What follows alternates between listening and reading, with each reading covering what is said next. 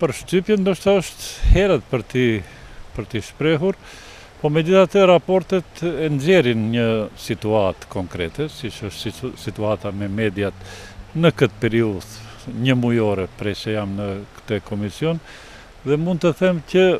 mediat elektronike nuk janë deri në atë masë siç kanë qenë në periudhën para 1 shtatorit, përkatësisht ka një progres në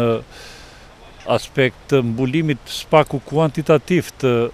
partive politike mbi gjitha, po edhe në mënyrën kualitative të raportimit, edhe pse në këtë të dytën ka lë shumë çka për të dëshiruar, sepse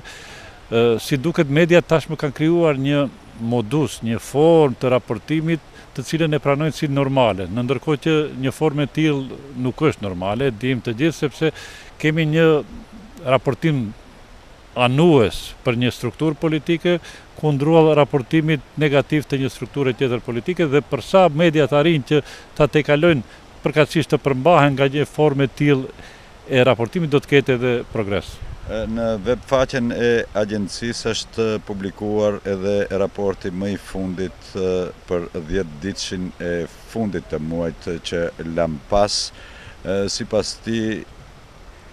rezulton se edhe televizioni ynë nuk është se është në listën, le të themi, figurativisht të zezë. Unë me humor e them në atë komision, po edhe në takimet të ndryshme, se në atë komision, në këtë komisioni për mbikëqyrjen e mediave, përshkrimi im i punës është shqiptar. Dhe natyrisht që i kam për obligim që të shoh progresin e mediave në gjuhën shqipe, dhe deri më tash e kam pas shumë lehtë. E kam pas shumë lehtë nga fakti që media në gjuhën shqipe në Maqedoni dukshëm ngrihen në nivel nga mediat në gjuhën maqedonase në aspekt të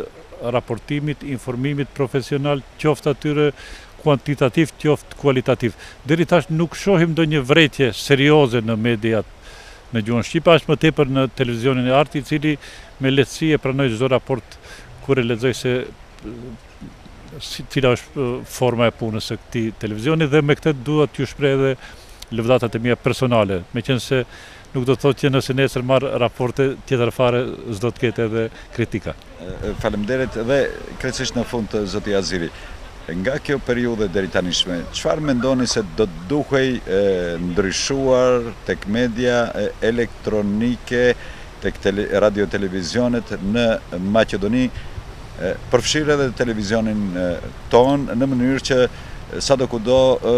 tabloja për informim të drejtë, objektiv, të balancuar, të përmirësohet, të respektohen standardet e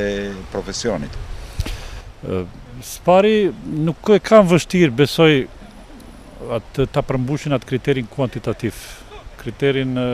e përfshirjes së drejtë të subjekteve politike në media. Kjo duket se edhe deri tash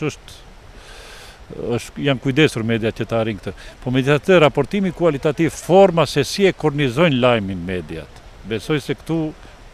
duhet punuar më tepër, këtu duhet të distancohen nga ajo emocionet e tyre personale, duhet të distancohen nga ndikimet më hershme politike, të cilat i kanë pasur si pasojë e reklamimit të